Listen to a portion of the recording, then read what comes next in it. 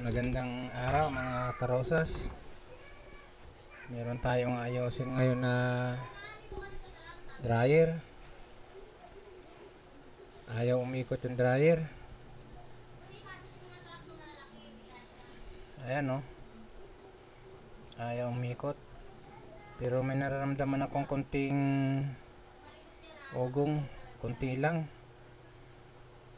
Kaya kailangan natin tong ayusin.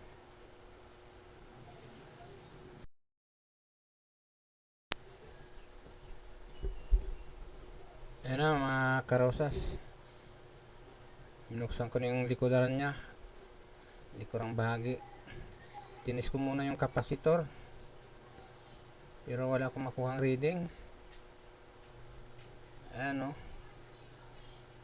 Hindi ko makuha ang reading sa kapasitor.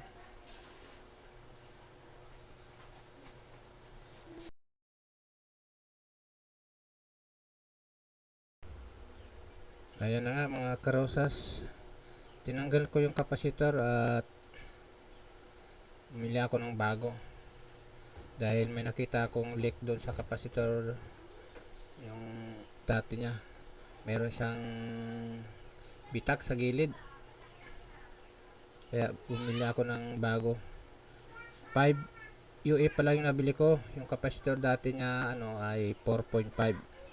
Bumili ako ng 5 UA. At yan, titesting ko muna yung nabili nating kapasitor. Okay naman, may reading ako nakuha.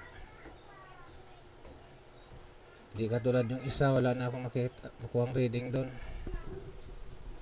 Dahil may sira na siya, may biyak sa gilid. May tumatagas na tubig. Ayan. Okay naman.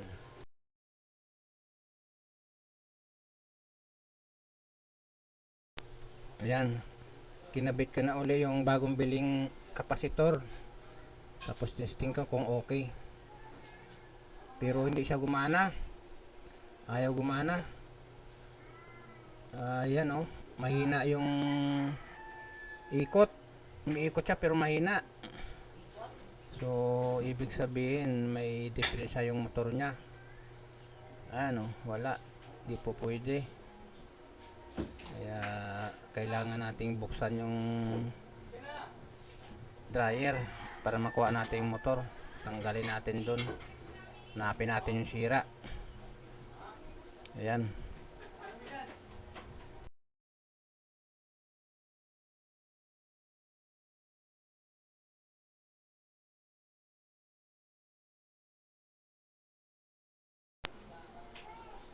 Ayan na mga karosas. Buksan na natin yung dryer para makuha natin yung motor nya. Alamin natin kung anong sira. Dahil tinis ko ng motor nya, ayaw rin gumana. Masira talaga siya. Ayan na nga mga karosas. Nakuha ko na yung motor at ayan. Bini ako na agad para hanapin yung sira nya. At nakita ko nga yung wire nya ay sunog na. Putol na rin yung sa starting nya. Putol. Kaya bumili ako ng bagong wire para palitan yung tatlong wire. Yung orange, puti, saka yung common na kulay blue. Pinalitan ko na yung wire nya dahil putol na.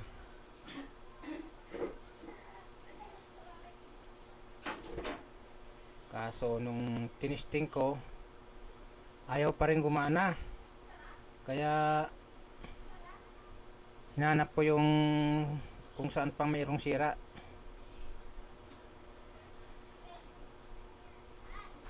At nakita ko nga yung winding nya may putol.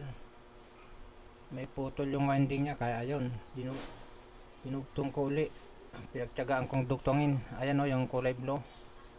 Yan ang pang dinugtong ko. Hininang ko kahit hindi pwede hinangin, pero pinilipit ko muna bago hininang. Okay naman. na iduktong ko naman na maayos. Ayan.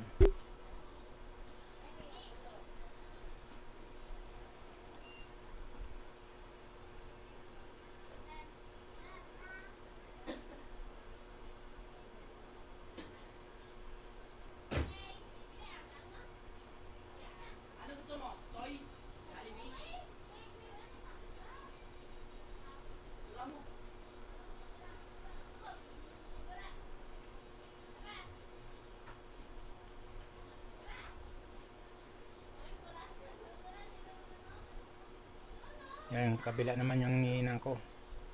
Niinang ko na yung kabila. Kabila naman para iduktong na siya. Naputol na winding.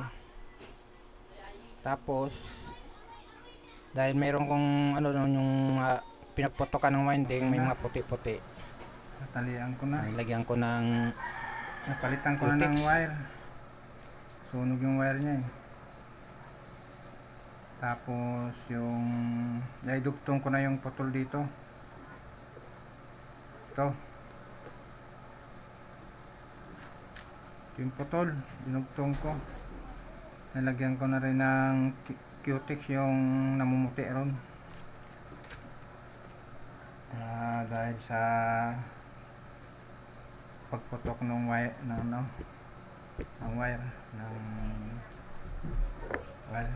niya. Ito na mga karosas, kinabit ko na yung motor ito sa linya. Itesting natin tama ba itong pagkakabit ko. Okay naman. Kaya kick ko lang konti. Ayan. Ayan saksak mo dyan. Testing natin ulit. Ha? Ano natin ng yan. Doon sa sa switch niya. Ano mo? Tingnan natin kung ikot na, okay na siya. Yan, ano mo lang ng konti. Ayun. Sipa. Ayan Umikot na yung dryer. Ha?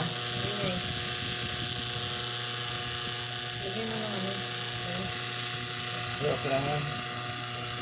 Pinta. Ayan. Umikot na yung ating dryer. Maraming nasunog na wire sa loob. Mga putol. Mahirap kasi kung papalitan yung motor, wala tayong pampalit. Mahal. Okay, kunin mo na yung saksakan doon. Ako na nga.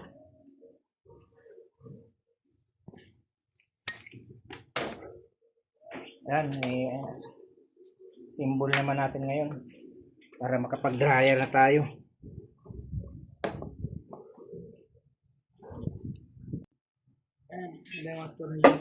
Ano ba to? Wire. Ayan Saan ba sinusot yan?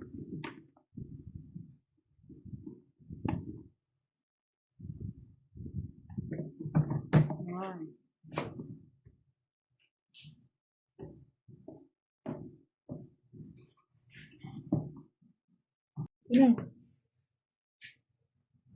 Yan mga karosas, okay na.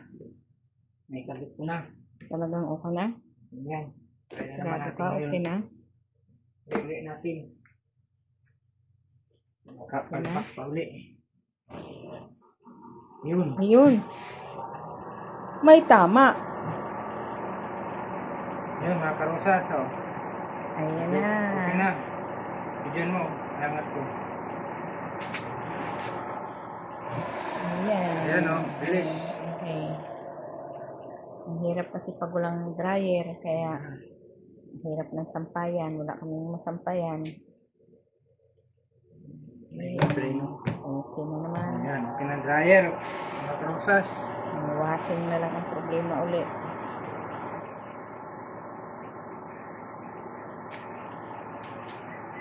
Ayusin mo na yung dagdagan mo na ng scotch tape.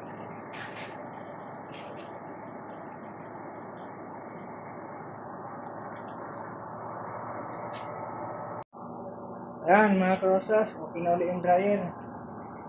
Na siguro nabasa ito nung nagbaha. Hira. Kaya, ayan. Salamat sa pag-subscribe sa aming mga video mga karosas. Nandito na lamang. At tapos na rin yung dryer. Marami akong i-repair dun sa motor. Kaya okay naman. Para hindi na magbili ng bago. Ayan. Bye-bye na mga karosas.